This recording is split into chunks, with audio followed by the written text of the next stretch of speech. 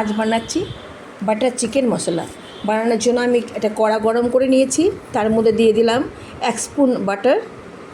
আর চিকেনটা আমি আগে থেকে ম্যারিনেট করে রেখেছিলাম নুন দিয়ে আর ঝাল লঙ্কার গুঁড়ো দিয়ে আর পাতিলেবুর রস দিয়ে ম্যারিনেটটা করেছিলাম, আর কিন্তু কোনো মশলা দিইনি। এবার এটাকে আমি একটু ভাজা ভাজা করে নেব। এদিক ওদিক উল্টে আমি নাড়েচেড়ে ভাজা ভাজা করে নিলাম।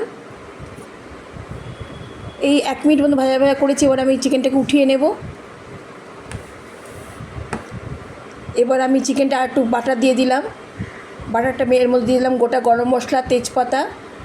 আর আমি একটা মশলা বানিয়ে নিয়েছিলাম, তার মধ্যে ছিল বড় বড় 2টো পেঁয়াজ, একটা বড় টমেটো আর কাজু ছিল। এটাকে আমি ফ্রাই করে নিয়েছিলাম।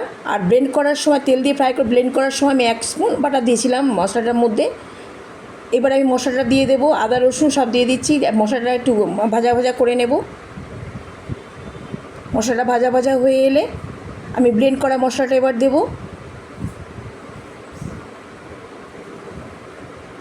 ব্লেন্ড করা মশলা দিয়ে মশলাটা কষিয়ে নেব। মশলাটা কষিয়ে তেল ছেড়ে দিলে মাখনটা বেরিয়ে এলে আমি তখন দিয়ে দেবো ভেজে রাখা চিকেনটা। আমি এখানে খুব সামান্য নুন দেব। এবার দিয়ে দিলাম ড্রাই মশলাগুলো। এর মধ্যে আছে ঝাল লঙ্কার গুঁড়ো, হলুদ, কাশ্মীরি লাল আর ধনে গুঁড়ো। অল্প একটু নুন দিলাম, বেশি নুন দিলাম না, কারণ চিকেনে ম্যারিনেটে নুন দিয়েছি আমি পরিমাণ মতন। এবার দিয়ে এটা নাড়াচাড়া করে নেব, কষিয়ে নেব। আর আমি এখানে কোনো জল দেব না, যেহেতু জল দেব না ওই জন্য আমি 1 কাপ মতন আমি ফুল ক্রিম মিল্ক দিয়ে দিলাম। এই মিল্কটা আর ওই মশলার জলেই চিকেনটা সিদ্ধ হয়ে যাবে। এবার আমি ঢেকে দেব।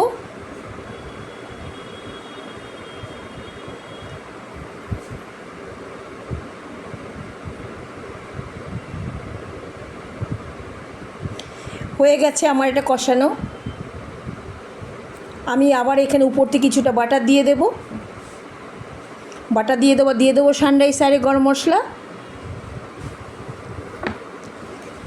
আর একটু দেবো ফ্রেশ ক্রিম।